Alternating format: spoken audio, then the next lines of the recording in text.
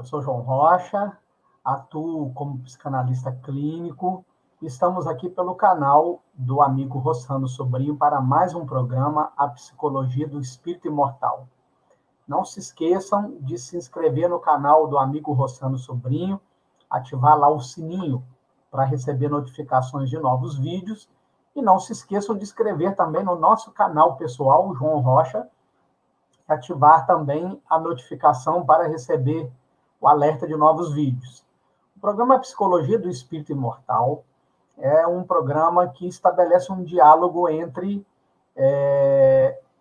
ciência e religião, onde a ciência para na parte material, a religião avança, demonstrando o espírito e todas as consequências dessa relação entre o material e o espiritual. Estamos conversando sobre transtornos mentais para desmistificar, né, para acabar com a psicofobia, né, ou seja, o preconceito com relação às doenças mentais que são ainda muito pouco compreendidas e, consequentemente, muito pouco acolhidas por aqueles que não lidam e que não conhecem os transtornos mentais.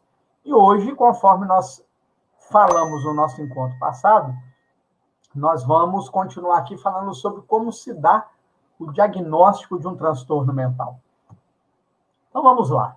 O diagnóstico de um transtorno mental é feito por profissionais especializados em saúde mental, psicólogos, psiquiatras ou psicanalistas. E aqui a gente já tem uma informação bastante importante. Por quê, meus amigos e amigas? Na nossa prática clínica, e aí não vai aqui nenhuma crítica, não é? Mas, por exemplo, nós encontramos pacientes que estão tomando medicação psiquiátrica receitadas por cardiologistas, por neurologistas ou por outras especialidades que não sejam dentro da medicina a psiquiatria, não é? Então, o profissional especializado em transtorno mental é o psiquiatra, não é? Eu, por exemplo, dentro da minha prática clínica, todas as vezes que eu identifico sintomas de algum transtorno mental, eu prontamente oriento que a pessoa marque uma consulta com o psiquiatra, explico que é importante que o psiquiatra e o psicólogo ou o psicanalista trabalhem em conjunto, ainda que eles não se falem, ou ainda que eles não troquem informações de maneira direta, não é? Mas que eles trabalhem em conjunto, não é? Ou seja, o psiquiatra com a farmacologia, dando suporte ao tratamento psicológico, né? Um grande equívoco que se comete é achar que é possível, muitas vezes, tratar o transtorno mental só com a área psicológica ou tratar o transtorno mental só com a área psiquiátrica. Em todos os dois casos, existe um equívoco, não é? Porque se a parte psicológica não contar com o suporte da farmacologia, dependendo da gravidade do transtorno mental, a curva para trazer normalidade, equilíbrio ao indivíduo que manifesta o transtorno mental pode se tornar muito longa ou nem se conseguir alcançar esse equilíbrio. E da mesma maneira, se só se tomar a medicação cogitando apenas o desequilíbrio na química cerebral, mas sem ir em busca do gatilho, da causa que levou ao transtorno mental, caímos no mesmo problema, ou seja, a medicação durante um tempo ela vai controlar o transtorno mental, mas o sistema nervoso central vai se adaptar àquela substância ativa e àquela dosagem. Então, vai levar o indivíduo daí a um tempo a ter que aumentar a dosagem da medicação, não é?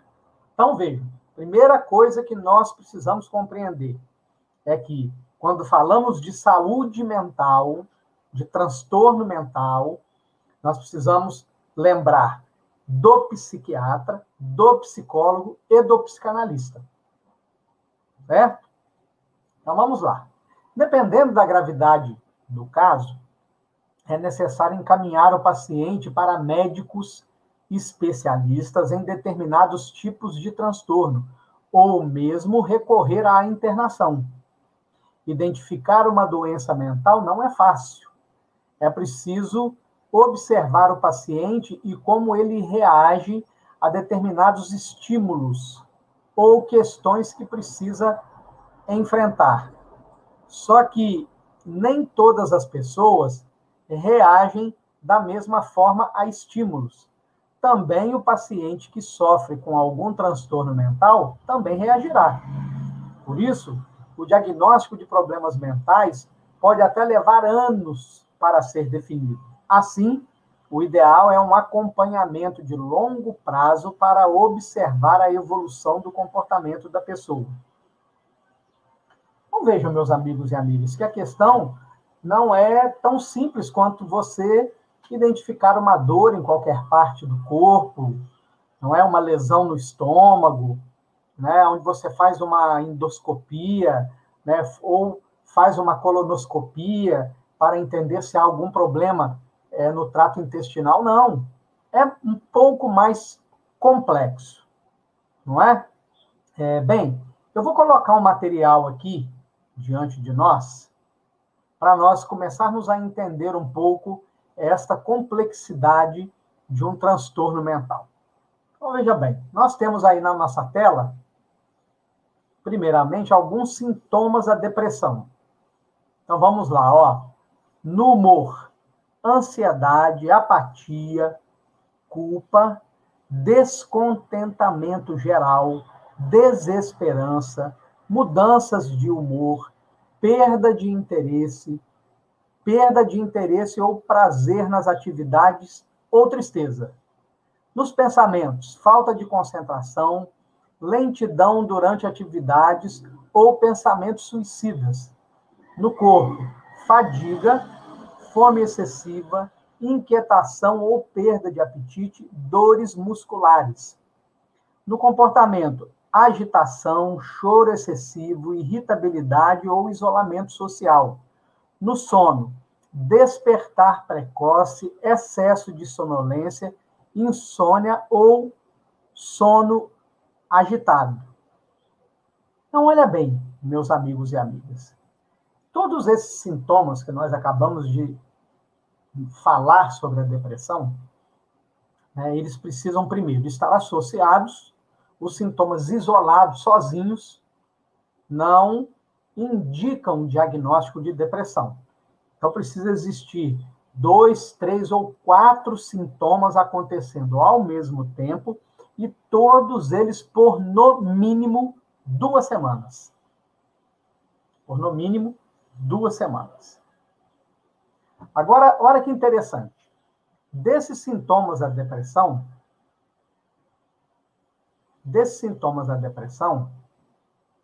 nós vamos passar para os sintomas da ansiedade. E aqui, de novo, nós vamos fazer uma distinção. Nós precisamos distinguir a ansiedade de adaptação, que é aquela que todo ser humano tem, que é boa, porque ela nos prepara para viver o novo, a experiência diferente, do transtorno de ansiedade, e é sobre isso que nós vamos falar. Então, vamos lá. No cérebro, dores de cabeça, sentimentos de desespero, falta de energia, nervosismo, raiva, irritabilidade, problemas de memória e concentração, dificuldades para dormir.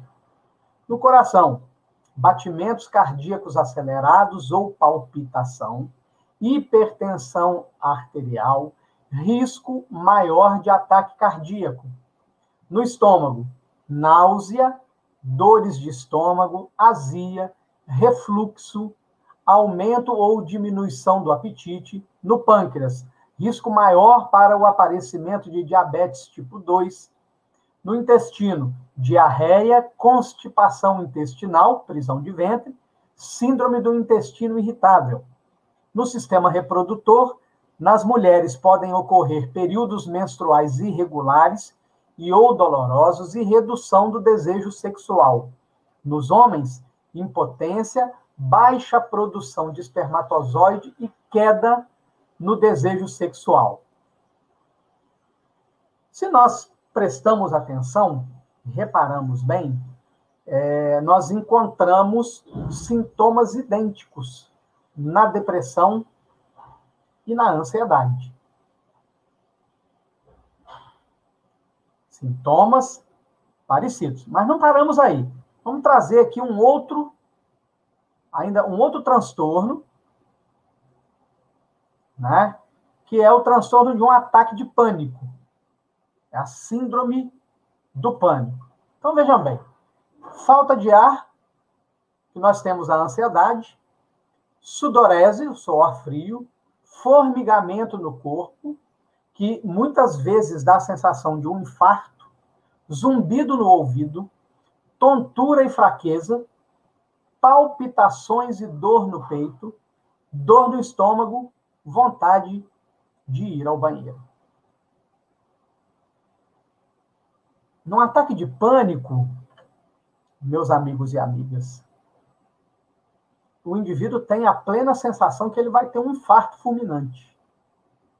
No entanto, quando ele procura ajuda médica, né, todos os exames clínicos, ou seja, aquele exame que vai examinar a estrutura e o funcionamento do coração, estão normais. Só que, para o indivíduo que está sofrendo o transtorno, ele tem plena convicção de que ele vai ter um infarto. Então, vejam bem, neste mundo de especialidades, cardiologia, gastro, hematologista, endocrinologista, neurologista, nefrologista, enfim, todas as especialidades médicas, nenhum de nós procura um psiquiatra se o problema está no estômago. Não é? Nenhum de nós vai procurar um neurologista se o problema está no intestino. Tanto quanto nenhum de nós vai procurar um cardiologista se estamos com problema de hemorroida, por exemplo. Não. Então, o profissional gabaritado para diagnosticar transtorno mental é o psiquiatra.